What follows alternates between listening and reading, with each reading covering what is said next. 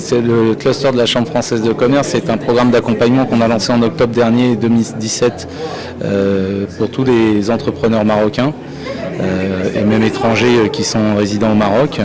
On a eu en gros 150 dossiers, 33 finalistes, on a eu 5 gagnants et 15 startups repêchées qui sont maintenant adhérentes à la Chambre.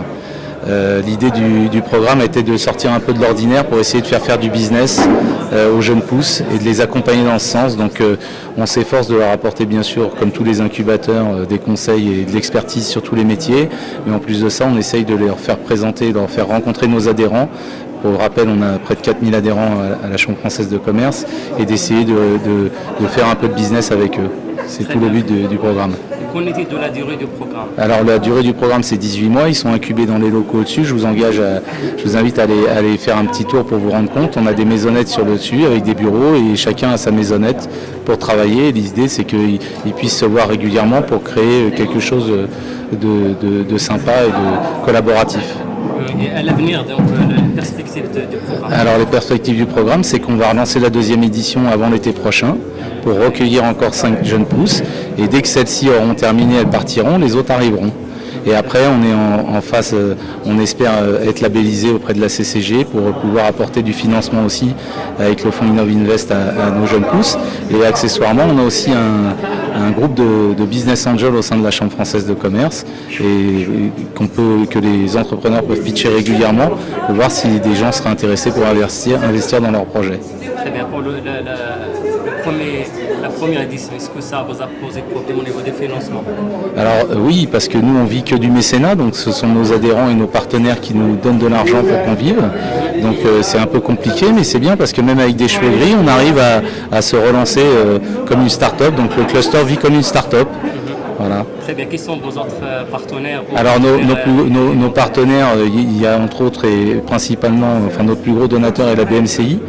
Et après nous avons un partenariat aussi avec Orange, avec Tectra, Food & Goods, Bureau Veritas, l'entreprise que j'anime Bzef. On a aussi l'entreprise WeMedia, InfiniWeb. On a plein de partenaires qui font des dons, du mécénat, ce qu'on appelle du mécénat, qui donnent ce qu'ils peuvent pour que le cluster existe. Et puis nous, nous efforçons de reverser tout ça à nos startups. Et bien sûr, on a tout un groupe d'experts qui sont tous bénévoles, à la fois du bénévolat de compétences via nos partenaires, mais aussi des experts, des directeurs marketing, des directeurs financiers des grosses entreprises de la place, qui viennent aussi donner de leur temps bénévolement pour nos jeunes pousses. Parler de ce projet de cluster de la Chambre française.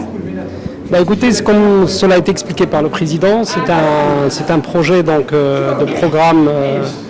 Plutôt un programme pour appuyer les jeunes qui sont porteurs d'idées en termes d'entrepreneuriat, pour les accompagner et surtout les accompagner dans le cadre de l'écosystème de la Chambre. Il y a plus de 4000 adhérents, les faire bénéficier un peu des activités de la Chambre et aussi de mentors et d'experts potentiels qui peuvent les assister sur différents sujets, marketing, aux finances, ou même structuration du projet et de l'idée pour maximiser les chances de réussite. Parce qu'aujourd'hui, le gros souci dans ce monde d'entrepreneuriat des jeunes et de start-up, c'est véritablement la survie des start-up. Aujourd'hui, il y a à peu près une entreprise sur 5 qui survit après 3 ans, donc qui passe au stade de TPE et PME. Donc aujourd'hui, il faut arriver avec une nouvelle génération, avec l'appui des partenaires comme la CCG, etc., avec une nouvelle génération de programmes qui permettent de régler les deux principales difficultés pour les startups, qui sont l'accès à la commande, donc avoir les premiers bons de commande, donc accès au marché, et la deuxième, c'est le financement. Donc je pense qu'aujourd'hui, le financement, ça commence à être plus ou moins réglé. L'accès au marché demeure encore un challenge. Et donc en fait, c'est ça l'idée, c'est vraiment d'utiliser la Chambre pour faciliter l'accès au marché. Très bien, donc vous êtes arrivé à décrocher de financement auprès de la CCG? Écoutez, la CCG pas encore, parce qu'on est en train de postuler pour la labellisation dans le programme Innovinvest. Par contre, on a monté un programme de Business Angel où il y a déjà 10 personnes, 10 investisseurs qui sont potentiellement investisseurs dans les startups, qui sont intéressés déjà par les startups qu'on a choisies, les 5 startups que nous sommes en train d'incuber ici. Et donc déjà c'est des financements très intéressants, c'est autour de 100 000 dirhams par Business Angel, ce qui est déjà pas mal comme début pour appuyer ces jeunes pousses. Très bien. Quels sont vos objectifs à l'avenir? Alors nos objectifs à l'avenir, c'est vraiment de faire vraiment accélérer, faire grandir 2-3 entreprises et de montrer que on arrive quand même à à faire pérenniser ces programmes d'incubation. Parce qu'aujourd'hui, il y a beaucoup de programmes d'incubation, mais beaucoup de startups ont de la peine à passer au stade de TPE et surtout de PME. Donc l'objectif, c'est vraiment ça, c'est de sortir d'ici à moyen terme, d'ici 5 ans, 3 PME qui vraiment tournent déjà, créent de l'emploi surtout aussi, parce que c'est ça aussi l'objectif le plus important. Très bien. Quels sont les domaines dans lesquels se opèrent Écoutez, il y a deux startups qui sont pratiquement dans l'industriel, et une qui transforme les peaux de poisson et l'autre qui fabrique de la signalisation nouvelle génération intelligente pour les commerces, etc.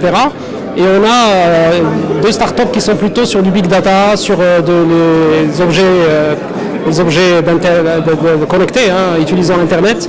On a une troisième qui est sur un domaine complètement différent, c'est des produits pour les enfants dans les crèches, etc.